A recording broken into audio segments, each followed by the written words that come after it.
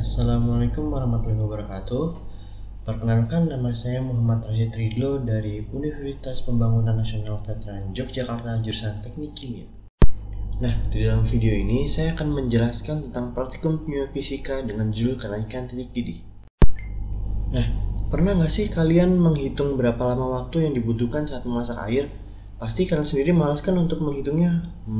Lalu bagaimana kondisi air dikatakan telah mendidih itu?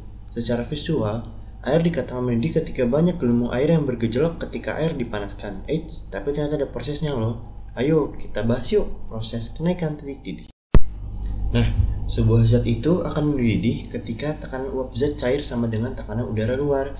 Jadi, titik didih larutan adalah temperatur saat tekanan uap zat cair sama dengan tekanan udara luar.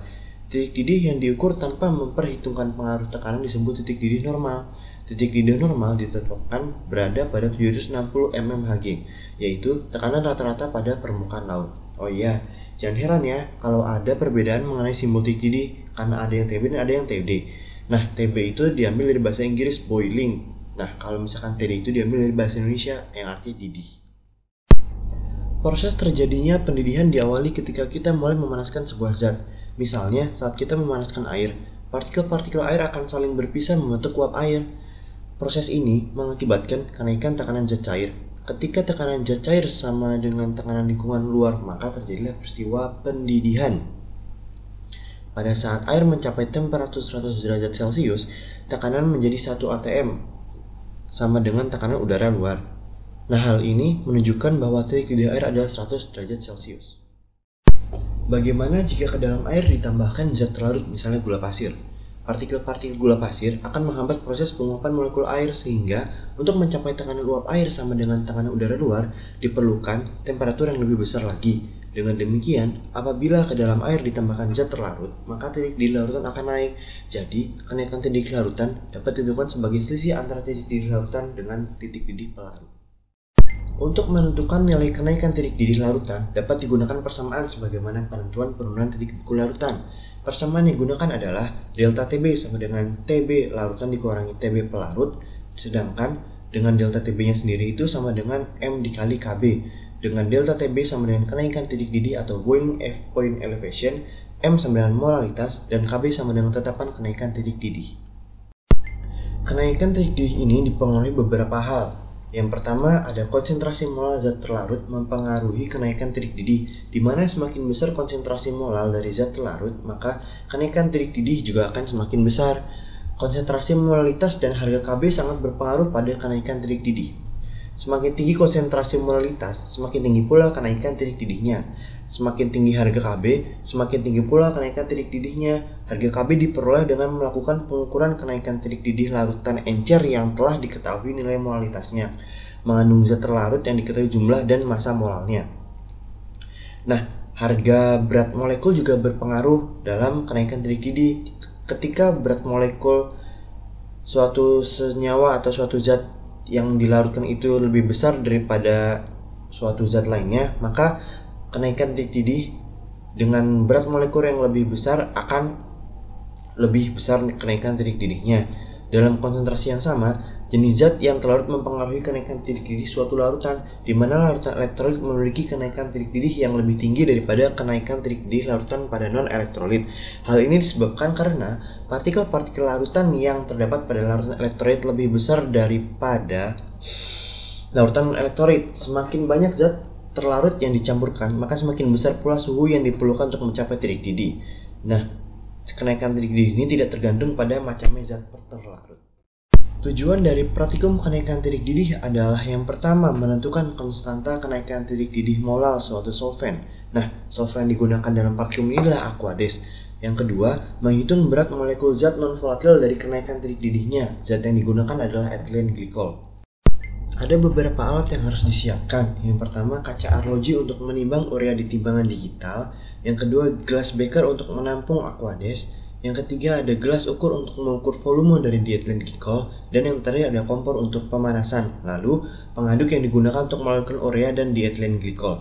Bahan yang digunakan ada 3. Yang pertama, urea 6 gram, Aquades 300 ml yang akan dipakai setiap sesinya 100 ml, dan diethylene glycol 10 ml.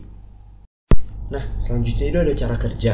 Jadi, di dalam praktikum ini ada 2 step yang harus kita lakukan. Yang pertama itu step penentuan kadar solvent, yang kedua itu step untuk menentukan berat molekul dari diethylene glycol.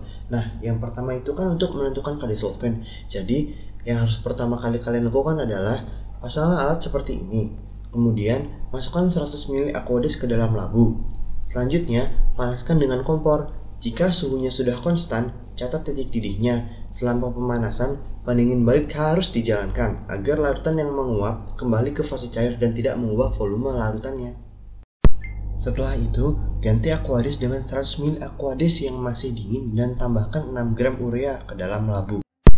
Di dalam praktikum ini, saya memasukkan urea tidak langsung 6 gram, tetapi 3 gram dan dilanjutkan 3 gram lagi. Pada saat 3 gram pertama, titik didih dari larutan Aqueous dan 3 gram urea tidak ada kenaikan. Namun, setelah ditambah 3 gram urea, ada kenaikan titik didihnya, yang mana hal ini menunjukkan bahwa sifat larutan yang hanya dipengaruhi oleh jumlah partikel zat terlarut. Jadi, semakin banyak zat terlarut, maka sifat koligatif akan semakin tinggi. Selanjutnya, panaskan hingga mendidih dan catat didihnya seperti sebelumnya. Nah, selanjutnya itu ada penentuan berat molekul diethylene glycol. Yang pertama, masukkan 100 ml air suling atau Aqueous ke dalam labu yang telah dibersihkan. Nah, selanjutnya tambahkan 10 ml diethylene glycol ke dalam labu. Seterusnya, panaskan dan tentukan titik didihnya seperti sebelumnya.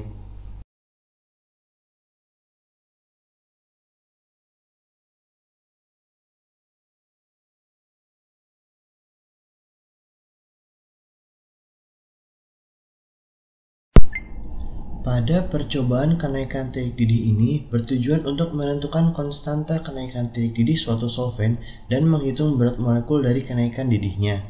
Pada percobaan ini, urea dan diethylene glycol digunakan sebagai solut dan Aqueous digunakan sebagai solvent. Fenomena titik didih cairan akan lebih ketika senyawa lain ditambahkan, yang berarti bahwa larutan akan memiliki titik didih yang lebih tinggi daripada pelarut murninya. Hal ini terjadi karena ketika zat terlarut yang tidak mudah menguap, seperti garam, ditambahkan ke pelarut murni seperti Aqueous.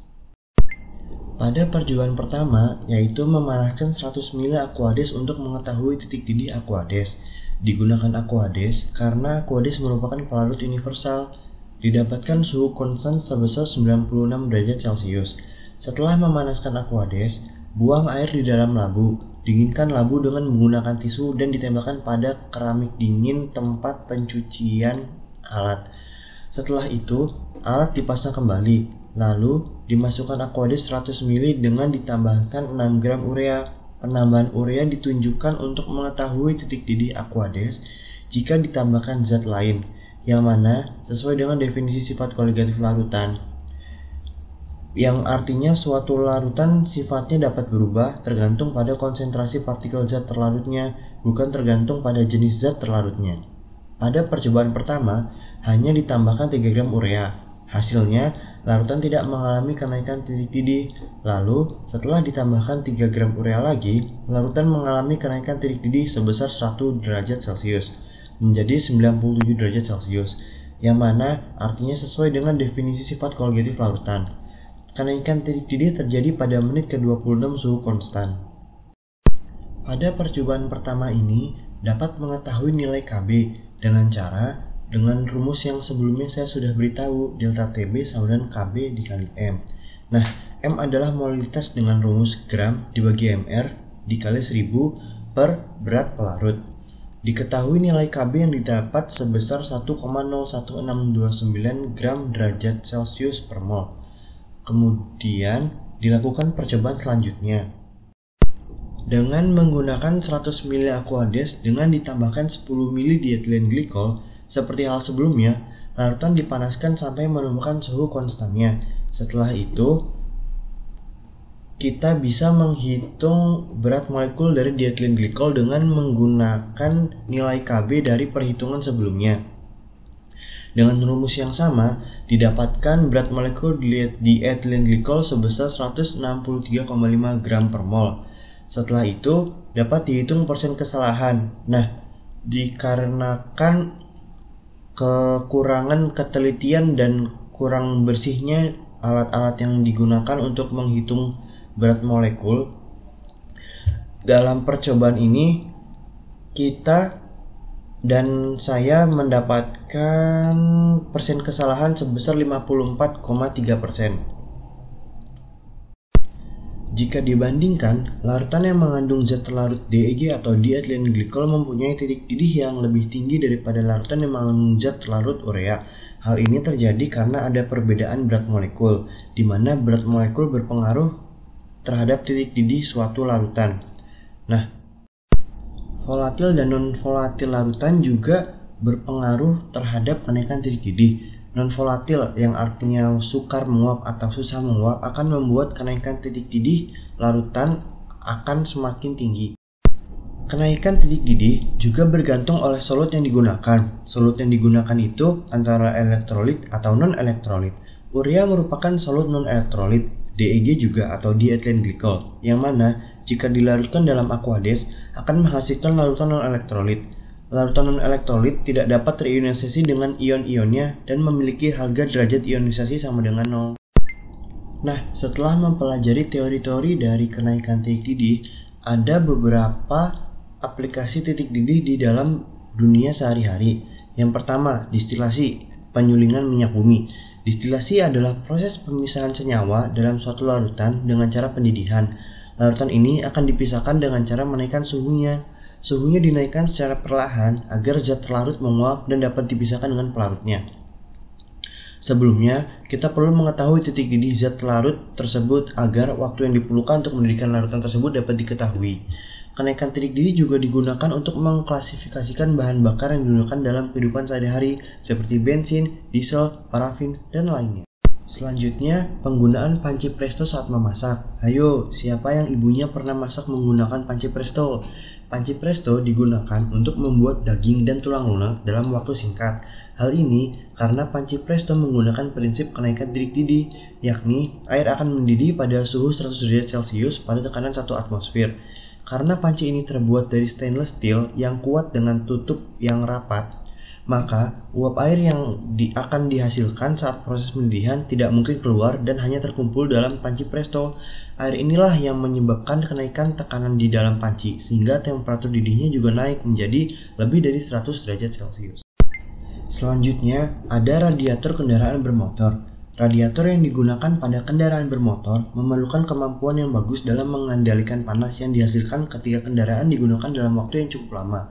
Maka dari itu, perhitungan akan kenaikan titik didih sangat diperlukan, karena cairan pada sebuah radiator harus memiliki titik didih yang tinggi untuk mendinginkan mesin tanpa harus kehilangan banyak cairan itu sendiri. Jika titik didihnya rendah, maka cairan pada radiator akan lebih cepat menguap yang akhirnya menyebabkan radiator kehabisan cairan. Selanjutnya, ada penyulingan gula. Kalian tahu kan, gula dihasilkan dari batang tebu. Batang tebu tersebut akan diambil cairannya yang kemudian akan digunakan dalam pembuatan gula kristal untuk konsumsi. Dalam pembuatan gula, terdapat tahap di mana cairan tebu tersebut akan dididihkan. Suhu di mana cairan mendidih akan bergantung pada konsentrasi gula dalam cairan tersebut. Dengan mengetahui tingkat kenaikan titik didih ini, maka itu akan digunakan untuk memantau tingkat kejenuhan larutan sehingga akan bermanfaat dalam proses kristalisasi untuk menghasilkan kristal gula yang sempurna. Yang terakhir, ada memasak menggunakan garam. Kalau kita memasak, pastinya kita menggunakan garam kan? Tentunya untuk menambah rasa asin. Nah, selain untuk menambahkan cita rasa, ternyata garam juga bermanfaat dalam kenaikan titik didih. Contohnya, ketika memasak air, tentu air akan mengalami proses pendidihan ketika mencapai titik didihnya. Saat kita menambahkan garam ke dalam masakan tersebut, hal itu akan membuat titik didih air menjadi meningkat. Akibatnya, air akan mendidih dengan waktu yang lebih lama. Hal ini bermanfaat untuk memasak masakan tertentu yang membutuhkan proses pemanasan yang lebih lama dan lambat atau slow cooking, sehingga air yang digunakan tidak mendidih terlebih dahulu. Nah, itulah tadi penjelasan tentang apa saja sih contoh penerapan sifat kognitif larutan yang salah satunya adalah kenaikan titik didih dalam kehidupan sehari-hari. Baiklah teman-teman, sekian saja materi yang bisa saya sampaikan. Mohon maaf bila ada kesalahan kata atau materi yang saya sampaikan. Kritik dan saran sangat ditunggu. Jadi, buat teman-teman yang pengen belajar kenaikan titik didih, bisa menonton video ini dan bisa mencari banyak artikel-artikel yang ada di jurnal. Saya hanya dapat menyampaikan hal-hal yang sudah saya baca, namun pasti masih banyak lagi ilmu yang belum saya pahami. Sekian dan terima kasih. Bye.